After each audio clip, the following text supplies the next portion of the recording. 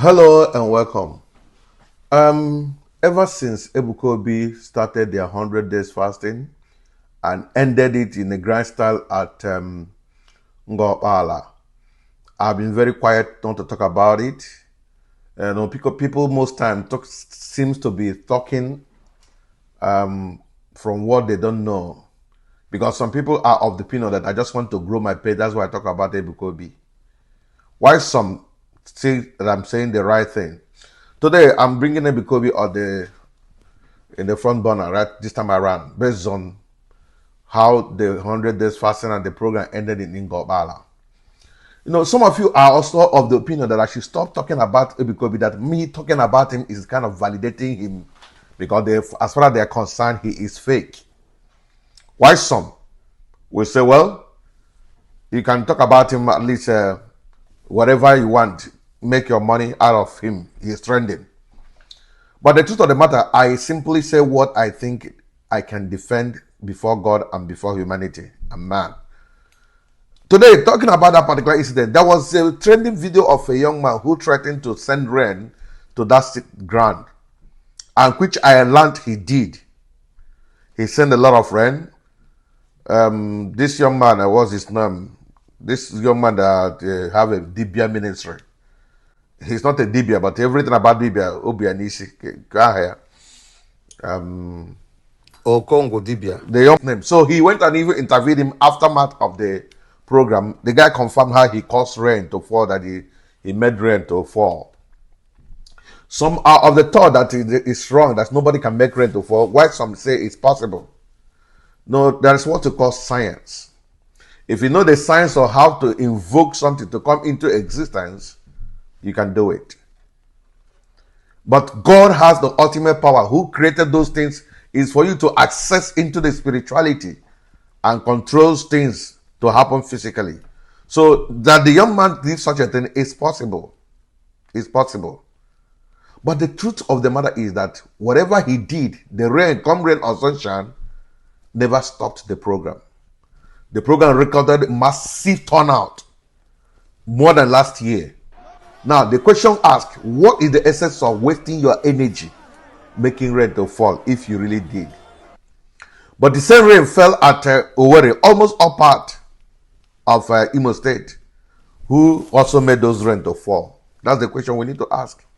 So those of you who tell me stop identify with Ebuka because you don't believe in him, this ministry, some people get me misunderstood. I don't have business to know about the originality of his ministry, but my concern and my love for him is he decided to bring development to Igbo land, and that is what I am. I'm an apostle of development of Igbo. So anybody who does that, who key into that, who started doing it, is my best friend. I will talk and I promote you. So Ebuka going to Ngokpala is a welcome development to everybody who thinks good of Igbo. He has built psychiatric hospital. He has built old people's home in Owerri. And he didn't just build a 4x10 building. Massive architectural world standard design. That is what he has just put in place. What more can somebody do for you to appreciate him? That is a great development. Recently, I saw a video where they were taking care of somebody with mentally derailed, rehabilitating him, believing that he will go back to his family. But some people are still criticizing. When someone does what you cannot do, please learn how to say thank you, bro. What you appreciate will come to you. What you insult will run away from you. The young man has done great work. Now, why am I talking about that particular video of the guy who says he's going to send rain? Despite the rain that fell, people were still under the rain, watching and listening, receiving their miracle as we heard the news. Do you know what the development that has brought to Ngokpala? Do you know how much people made it through that period?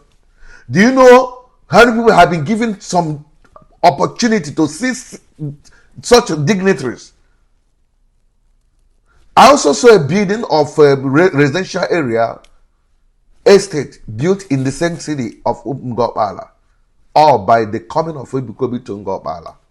Please, let's learn how to appreciate our own. Ebuka, keep it up. Now, why am I talking about this particular 100 days fasting? I heard a video recently where Ebuka is talking about to build an altar in the Zion city. The altar that's going to take 2.5 billion naira. Before the evaluation of this particular altar, a woman in America, according to him, has already sent $200,000, which is about 250 million, thinking that it's going to be enough for that project. But Ebuka, the thing supersedes what the woman thought of, and the woman was apologized to, not to bother herself, but she has already made the donation already. The money is gone. They are not begging 2-3 people who can take up the project. Ebuka said he doesn't want crowd. Now, and he said in that video, he said that so that when we are having a program, no rain, no sun, everybody will be under the shelter. Can you put your hands together for that great achievement? This is the result of somebody trying to send rain, or trying to claim he sent rain in such program. So sometime you need your enemy to get to the next level. Hannah needed Penina to get Samuel. The brothers of Joseph needed his brothers to say him to move to Egypt so that he can become a king there, because in Israel he's not going to be a king. He needed his brother to say him to his promised land. I want to use this particular thing to plead with you. If somebody is against you, everybody that must not fall down and die because they are against you. Every enemy fall down and die. No. These are mistakes we make in prayers. That is why look at see if you pray, things are not happening. There are enemies you need to grow. There are enemies you need to climb. There are enemies you need to prepare you, to energize you, to push you. And I call them provokers. They provoke you into action that will get you out of the problem. When we talk about success provokers, they come in 2 different forms. We have direct success provokers and have indirect success provokers. Direct one are those who come to you, meet you, to attack you, provoke you, whether positive or negative. And some are those you watch online video, read on a book, you will be provoked. In provoking, you have positive provokers and negative provokers. Those who provoke you by trying to insult you, to remind you your station, and you be stirred up to get out of that condition. And those who provoke by telling you it is time to rise.